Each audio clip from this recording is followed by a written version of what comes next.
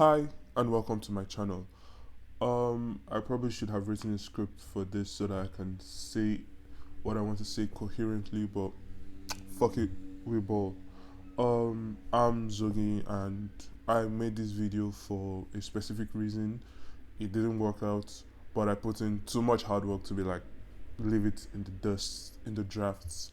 So I said, fuck it, I'm just gonna post it. If it goes viral and you're watching this, yippee. And if it doesn't, then I guess I'm just talking to myself. No, actually talking to the moon. I don't know, myself, the moon, fuck it, I'm Bruno Mars. Anyways, enjoy the video, and if you actually like the video, like it and subscribe, because I plan on doing a series after this. You would see that later, but yeah, I plan on doing a series of videos relating to these reviews per se. I wouldn't spoil the surprise, but like, yeah. So relax, watch, grab your popcorn and enjoy. Have you ever heard of the saying, aging like fine wine? Now imagine tasting that wine every 10 years and it just tastes better and better every time you taste it, until like you're in your 80s and you drink the said wine and you reach a level of satisfaction that you never thought you would ever reach from drinking wine, and you come to the bittersweet conclusion that nothing tastes could or will taste better than this in your lifetime. That is a summary, and I emphasize a summary of my experience with this phenomenon known as Baldur's Gate.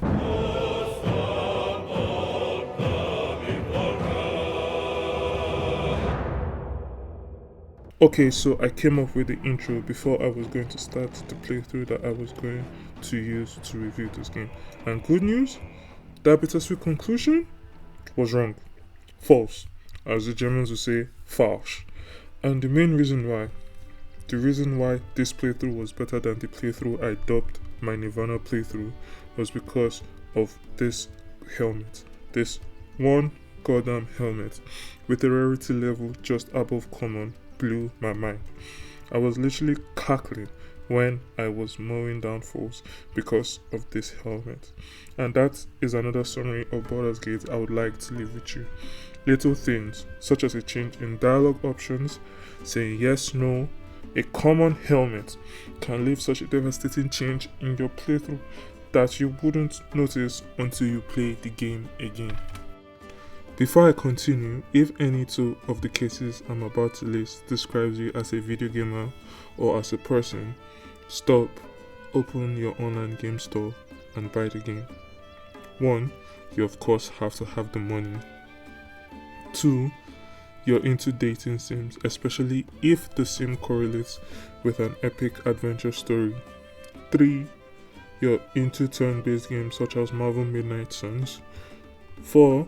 You're into Dungeons and Dragons, new to Dungeons and Dragons, or interested in Dungeons and Dragons. And 5. You play sports games, especially FIFA, and you buy them every year and you have the money saved for the next one. In the words of a famous Michael, stop it. Get some help. And that help is Baldur's Gate. That was a joke, by the way, but in all seriousness, this game is such a great middle finger to most single-player AAA games that try to squeeze out of you every cent of your hard-earned money with minimal offerings. For the price of a AAA game, you get a polished game with the minimal amount of bugs expected from an RPG this large, with at least 70 hours of content, no battle pass, no gold edition, and the only extra money you can spend on the game is an additional 10 euros for the wonderful soundtrack and some few cosmetics and in-game items that make your start comfortable but aren't really needed.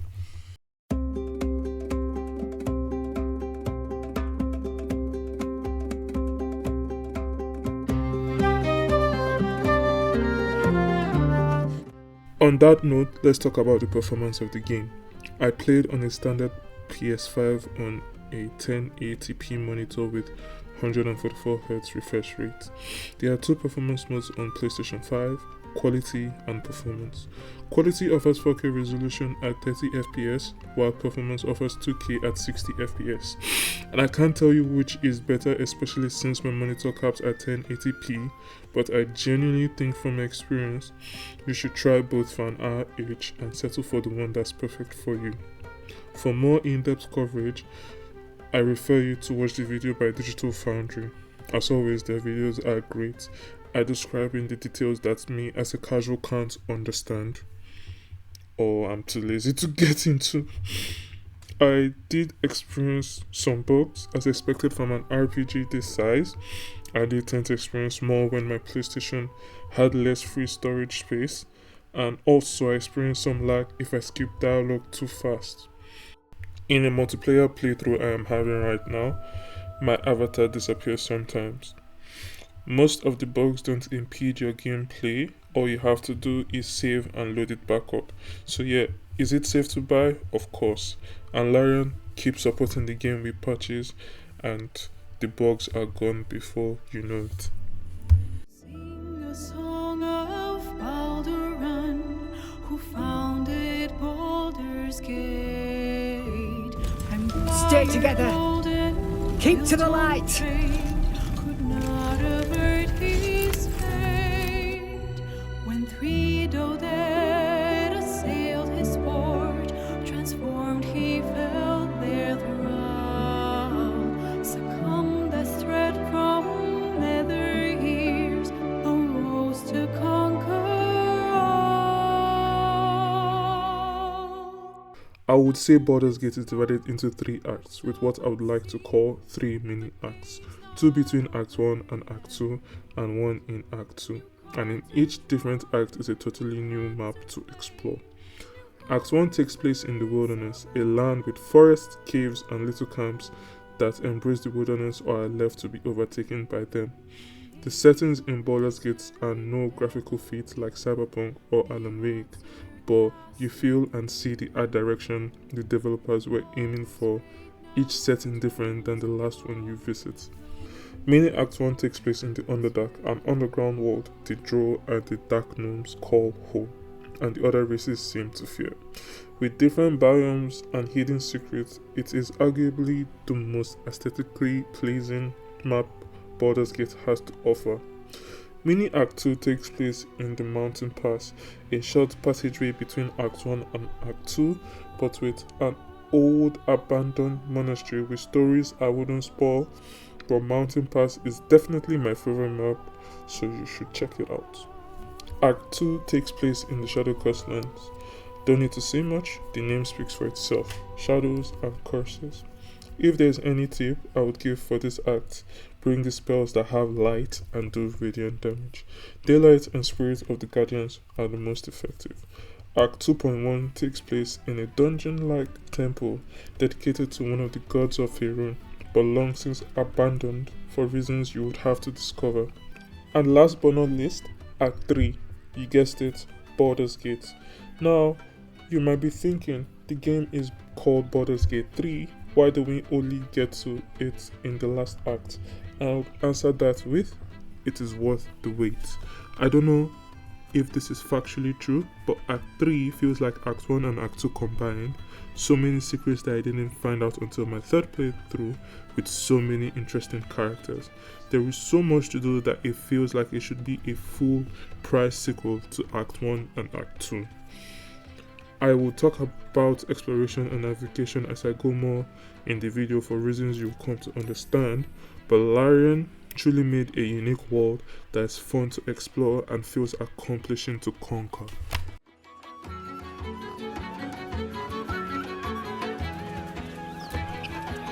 No hope of clearing this without a shovel.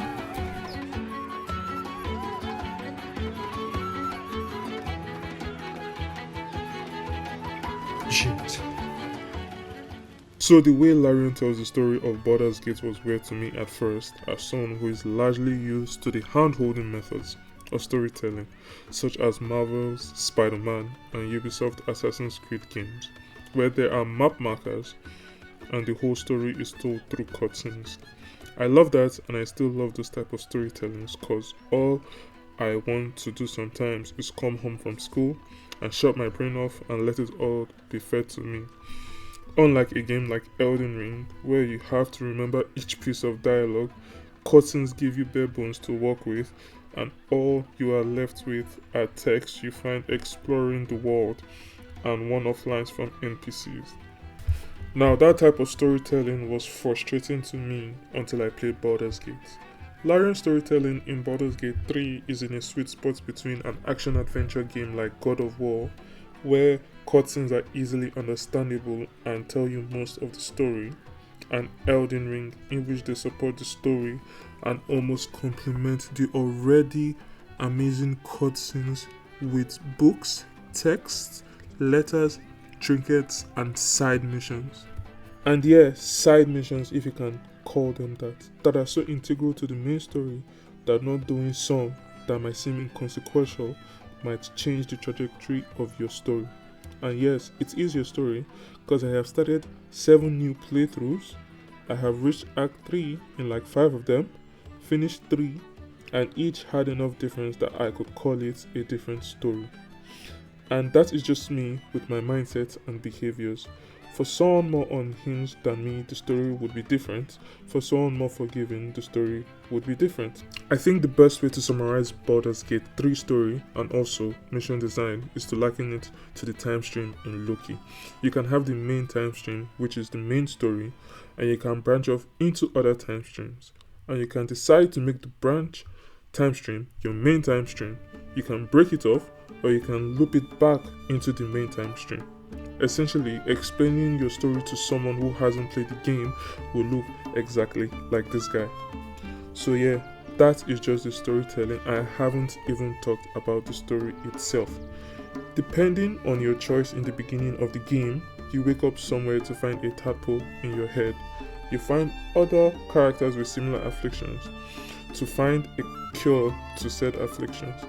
You meet different characters, monsters and animals, some with stories, most with at least an interaction that attaches some sort of personality to the character you interact with.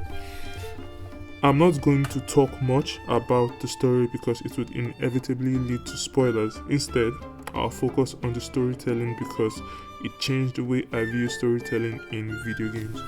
I have talked a bit about missions in the section before this, but I would like to just give a detailed overview and explain how map navigation and exploration goes hand in hand with mission discovery and completion. You have the main questline missions, location missions, and companion missions. Most of the missions are found by talking to NPCs you meet as you explore. So as you explore, you find more missions and not just loot. You have a journal where you can see the missions you have accepted or have been forced upon you, looking at you, Saza. And sometimes the mission description might end with no location on where to go to complete the mission, so you have to explore to find either the loot, materials, or NPCs that will move that mission forward and therefore the game forward. For example, there is a companion called Karlak, and after you do the mission for her to join your party, you have to find a certain type of iron to fix her heart, and the blacksmith doesn't know where to find one.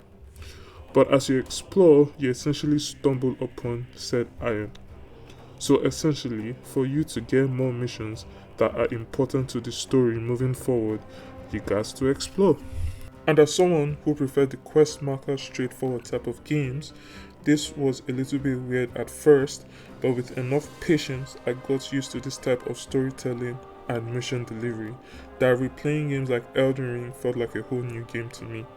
Exploration is also rewarded with what I would like to call outside lore, from books that have detailed descriptions of the pantheon of the world, to letters between loved ones and business associates, to keepsakes such as rings with inscriptions and a locket with a picture that seems to have been cried on. There's a lot to give a certain ambience to the world you're interacting with that you would hardly forget weeks after playing this game. Now we can begin.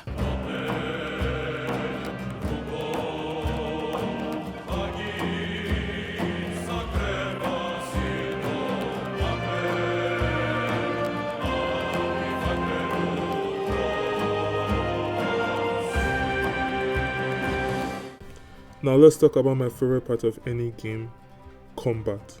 From leaping off foes in the Arkham Knight series to satisfying parry systems in games like Ghost of Tsushima, Assassin's Creed Odyssey, and Stellar Blade, one of the best games made last year. Skill up, stop hating. To spamming my cooldowns in Marvel's Spider-Man games and in Evil West, to playing cards in Marvel Midnight Suns and Snap, to satisfying gunplay in Apex Legends and Call of Duty. There is something personally satisfying about mowing down enemies, whether strategically or skillfully. Give me good combat and my life is yours.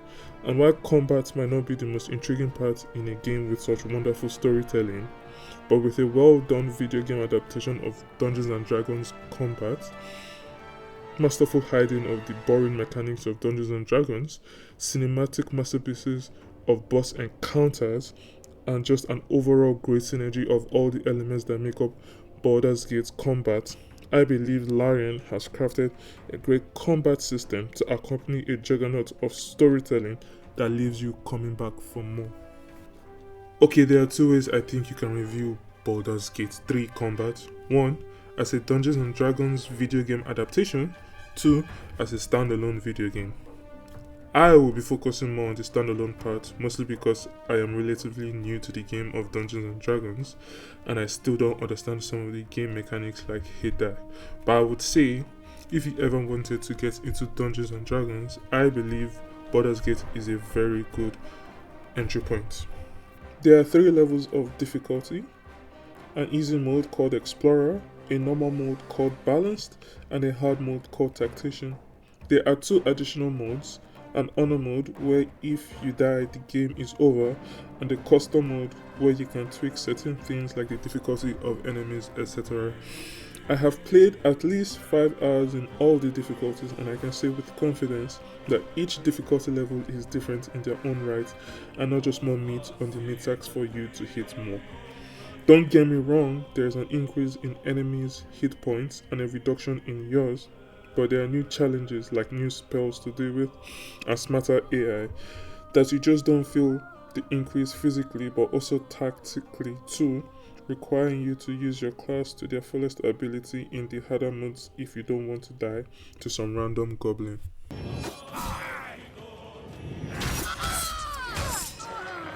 So combat usually involves the character you choose to play with, a minimum of 1 companion and a maximum of 3 companions, with exceptions to certain missions where NPCs could be asked to join your adventuring parties for a short time or till an objective is done, and of course, the enemies you'll be fighting against.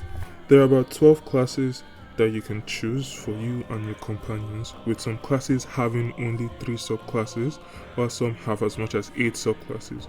You can only pick your class in the beginning, but there is an NPC in Act 1 that, after completing his quest line, he joins your camp and you are able to change your class and your companion's classes.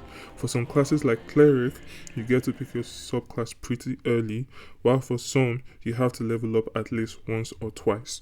During combat, each participant has an action and a bonus action. Actions are mostly used for your powerful abilities such as physical attacks, casting spells, healing allies, and throwing stuff both inanimate and animate. Bonus actions are generally used for doing little extra stuff like drinking a potion, casting weak spells, and jumping during combat.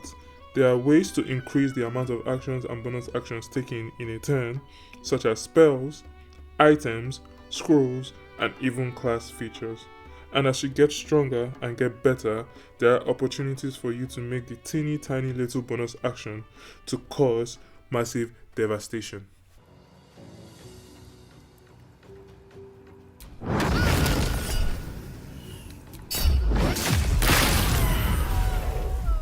As it is a turn-based combat system, there has to be an order in which each participant takes their action in a turn. This is determined by a 6-side die roll, or 1d6 for short, plus your dexterity modifier. The highest goes first, and the rest follow in a descending order. In BG, it is easier for you to manipulate the order in which you and your companions go than in regular Dungeons and Dragons, due to the fact that Dungeons and Dragons uses a 20-sided die roll or a 1d20 to determine initiative, so the die plays less of a factor in Baldur's Gate than in regular Dungeons and Dragons. Now, for most of the actions and bonus actions taken, if not all of them, are determined by a die roll. To better explain this, I would use a paladin as an example. So you're a paladin and you want to smite the person in front of you for whatever reason. For your god, to protect the innocent, or to wreak vengeance. Anyways, to hit said person, you have to make a d20 roll against said person's armor class. If you roll higher than that, you get to hit them. But how much damage do you do? Let's say you use a great sword, like a proper big ass sword. So you would roll 2d6 or 2 6-sided die, then add the total to your attack modifier. Since you're a paladin with like 20 strength, your attack modifier is going to be 5, so you can do a maximum of 17 damage with a hit. Now, you've hit him, but it looks like they're eyeing your wizard that is very squishy. So you want to cast Compel Duel on the enemy, so they have a harder time hitting your ally. In this case, you don't have to roll anything. Instead, your target rolls the 1d20 and adds his modifier for the spell, which is in this case his wisdom. Let's give him a 15 wisdom, so the target adds a 2 to his 1d20 roll against your spell DC. If he gets a lower number than your DC, he fails and falls under the effect of the spell. The game also explains most things in some detail if you inspect a spell or a weapon or a piece of armor. So that is the most basic crash course I can give without making the video like an hour long. There are other factors like resistances, bonuses from gear, proficiencies with weapons, etc. If you want to learn more before diving into the game, there are YouTube videos that explain it more. I don't have one to recommend because the friend that introduced me to D&D and Baldur's Gate loves talking about this stuff, and I also learn better by experience, so I went into the game with little knowledge and learned on the fly. Now that we are done with said information, the reason why I love Baldur's Gate combat and why I recommend it can be summarized into 2 reasons. 1, the combat sandbox, and 2, the massive replayability potential. Now, I'm not sure if I'm using the term combat sandbox correctly, but when I heard that term, I think, hey, here's a bunch of stuff that you can use to defeat enemies, go crazy with it, and in my opinion, Larian put enough sand to not just fill the sandbox, but the entire playground, with many classes and subclasses to choose from, each with different abilities to choose from, unique fighting stages with different combination of environmental factors for each stage, and last but not least, the ability to multi-class. There is so much you can do combat-wise that even 100 hours of playing isn't enough to explore all the fun available options, and which leads to my second point, the replayability potential. As I said earlier, Larian gives you so much sand that you can do so many things that the best way for me to explain it is when the Avatar gang, get it, are hiding in the Fire Nation in season 3 right before the finale, and they have a beach episode and different members in the gang are making different things with the sand, from Appa to a model city of Ba Sing Se to Suki. Like Larian gives you so much sand, you can have different runs that are as different as those sand sculptures, making every new run not only feel fresh from a story perspective, but also from a gameplay perspective. Down, down, down by the river. Down, down, down by the river. Down, down, down by the river. So I'm not going to lie, when writing the script for my review, I was already drafting the summary in my head and there were a lot of ideas. I could summarize it grammatically, touching all my points in the review, or monetarily, that this is the greatest bang for buck I have played since Elden Ring, or I could use my summary to touch on all the points that I wasn't able to touch in the review, like the amazing soundtrack, the talented voice acting, or the wonderful sound design. Or I could go condescendingly towards some studios for releasing at best mediocre games in comparison to this masterpiece at the same price point. In short, there were a lot of summaries bouncing off each other in my head, but I decided to settle on telling a short story, my gaming story. So I got my first console in 2019 at 18, and I got the Marvel Spider-Man, FIFA 19, GTA 5, and other games from generally popular IP. And although some of the games were great, I never got the feeling that others describe to me about playing their first God of War or GTA San Andreas or replaying Elder Scrolls over and over again or Call of Duty Modern Warfare and the Black Ops campaign and multiplayer. And as I continued to play the current great games, I thought that that era was too late for me, and those games were too old in terms of graphics and gameplay for me to enjoy and partake firsthand in those peak gaming moments. Then 2023 rolls around and this masterpiece drops. It taught me that there was more to combat and gameplay than killing enemies. It taught me that there was more to the story than just the cutscenes. It taught me that 70 hours of playtime doesn't mean I have to spend it doing pointless side missions.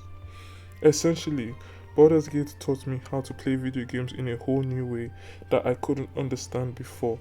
And although it made me unable to replay some of my favorite games like Assassin's Creed Odyssey, it elevated my experiences in others, such as enjoying a stroll through Night City, listening to the NPCs in Elden Ring tell a parable of a story, watching the cinematic masterpieces of God of War Ragnarok, and playing a role with my friends during Dungeons and Dragons. This game has given me an experience I thought I would never get to take, moments I never expected to amaze me, and an opportunity that I never thought I would take. And I believe Larian has made a game so complex, so deep, and with so much emotion and talent that it would be selfish to keep this experience to myself, and that is why I strongly recommend you play Baldur's Gate 3.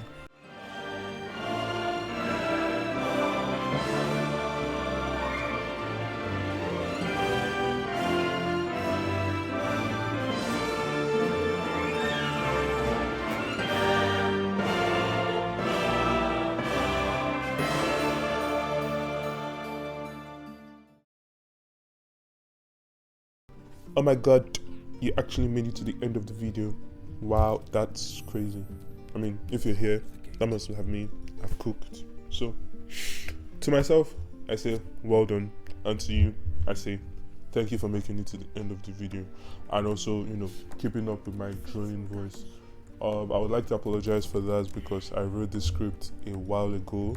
So I kind of forgot about it. And I couldn't do the script without reading it from the book, and I'm not practicing the ways of journalism and the newsroom, so yeah, it just sounded like how I just was reading it. So yeah, hopefully in my next videos I get better at that.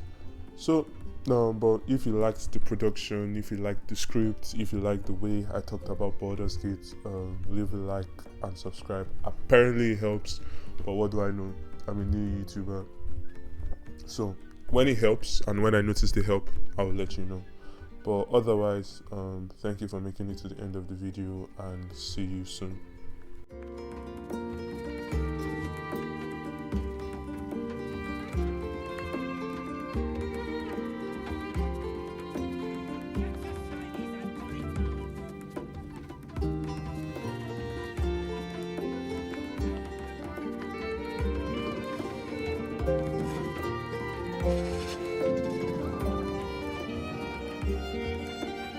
Thank you.